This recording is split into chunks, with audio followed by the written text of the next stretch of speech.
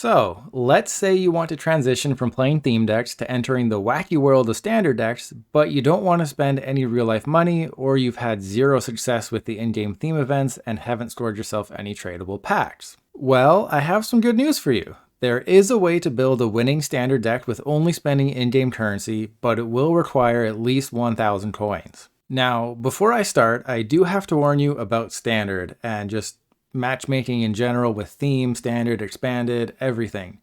With the way matchmaking works in PTCGO, every single new player starts out at the same level. For this example, let's say it's 1000. Because of this, your first game will be against somebody with a good deck and you'll most likely lose. This will happen a few times, but the good news is that your ranking drops with each loss until you settle into a bracket with similar level players. Basically, if you've played something like Mario Kart Online, it's a very similar setup. With that out of the way, the first thing you need to do is buy 2 copies of the Charizard theme deck from the in-game store for 500 coins each. Be aware that the first deck opens automatically, but the second one has to be opened manually in your collection by selecting packs. Once you've done all that, you'll have the makings of a standard deck thanks solely to Charizard, which can deal upwards of 330 damage per turn and even draw you additional cards each turn. Unfortunately, despite Charizard's best efforts, give it a break, the deck in its current form isn't that great. The 60 cards you have in there right now won't get you very many wins.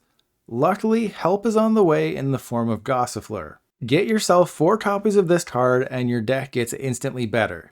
Gossifleur for a single energy fills up your bench with 3 basic Pokemon, meaning you can have a bunch of Charmander almost instantly. You'll get 3 copies of Gossifleur in the Rillaboom theme deck, or just leave a comment with your username and I'll send you 4 copies for free. Keep in mind that you will need to tag a card like a basic energy or the Pikachu avatar kit from the in-game shop for trade in order to do trades with me or with anyone. If you need more assistance with trades, just post a message in Twitch chat when I'm streaming and I'll try and help you out. And if you're noticing the 3rd Ordinary Rod and 2 copies of Pokégear in the deck, that's if you decide to go the Rillaboom theme deck route, as they are included in there as well and they help make the deck better. But there's plenty of improvements you can make to this deck for cheap. For starters, I would recommend Experience Share, Lucky Egg, Quick Ball, and Rare Candy. If you have a newer pack like Evolving Skies or Chilling Reign or Battle Styles or even Sword and Shield base set that you either won through an in-game event or bought for 20, 25, 30 cents from a code site, you can trade one of them and get 4 copies of Quick Ball, 4 copies of Rare Candy, or I'd say probably 2 Experience Share and 2 Lucky Egg. Basically, you can flip one of those packs to 4 copies of each card, but since you only need 2 Lucky Egg and 2 Experience Share, you really only need 3 packs to get everything that you need. And if you can tempt somebody to throw in an extra Evolution Incense and maybe an air balloon or 2, that would also really make the deck better, but it's not 100% necessary right now. For further improvements to the deck, replace Bede with Raihan, and then replace Hop with either Bruno, Marnie, or Karina's Focus. Experiment and see what works best for you. I'm not here to tell you exactly what you have to play.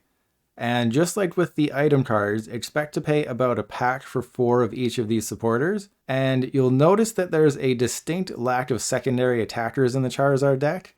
Again, I would say experiment. The deck only plays fire energy, so you'd probably want to go with a basic colorless Pokemon or a basic fire Pokemon.